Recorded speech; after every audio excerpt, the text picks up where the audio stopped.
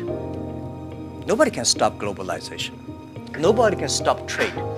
And I believe if trade stops, war starts.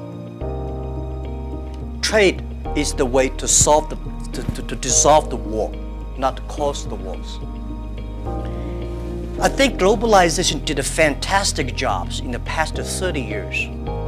Enriched a lot of countries, but of course caused a lot of problems, right? Young people did not have opportunities. I think countries were neglected.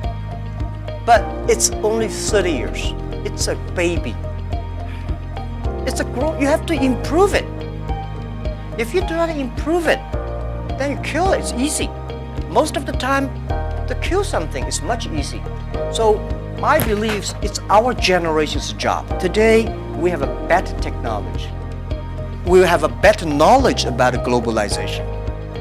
And it's our generation's responsibility or opportunity to improve it. Tell me, how can you stop globalization? Now, artificial intelligence come, robots come. My grandfather worked 16 hours a day, and he said he was very busy. We work 8 hours a day. We said we are very busy. Our children may only work 3 hours or 4 hours a day for 3 days a week. I bet they will say, oh, we're very busy. Then when you work only 3 hours a day and 4 days a week, what are you gonna do? You're gonna travel around, right? You cannot stay in the home for a week. You will travel. 30 years ago, normal life, you visit 20 to 30 cities all your life. 30 years later, in your life, you will visit 300 cities in your life because of mobile. How can you stop it? It's impossible. So thinking about that, the only thing is to improve it, to make it simple. Global trade should be simple, should be modernized, should be giving inclusive. Everybody have the opportunity. So my strong message is that, well, I feel sorry for WTO. They did a great job, but in the past 20 years, when you put the 200 government ministers in one room, how can they agree on something? Right? Because I don't like your country. No matter how good suggestion you have, I say no. But business people, even if we put 200 business people in one room, we will surely agree on something. And this is what I believe. The next generation of globalization should be inclusive, should create opportunities for young people to get involved. The first globalization in the human history was controlled by few kings and emperors. Last 30 years, globalization was controlled by 60,000 big companies. If you're not among the big companies, if you're not in the big, powerful countries, you don't have a chance. The next 30 years, I bet we will have 6 million or 16 million or 16 million companies get involved in globalization.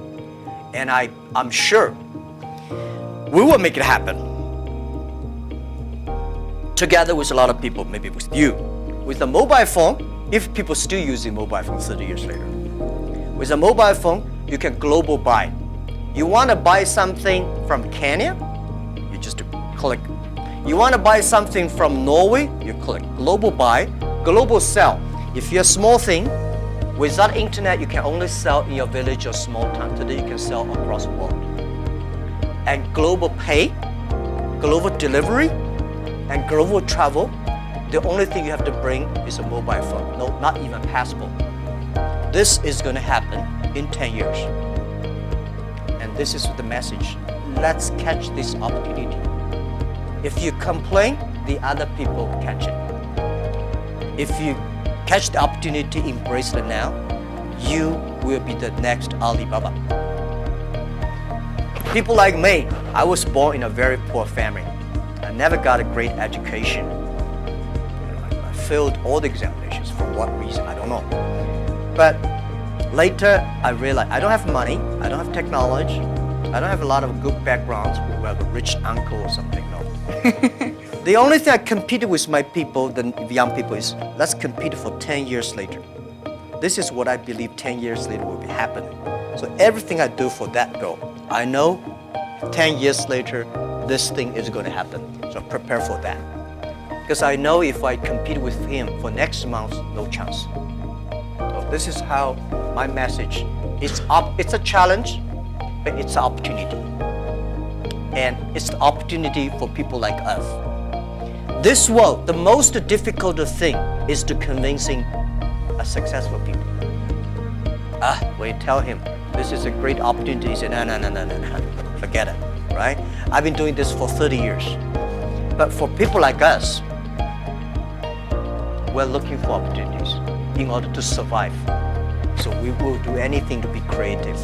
So this is the message. 30 years, it's an opportunity for us. It's a challenge for those people who are 60 years old. If they're 60 years old, not discrimination, but it is tough for them.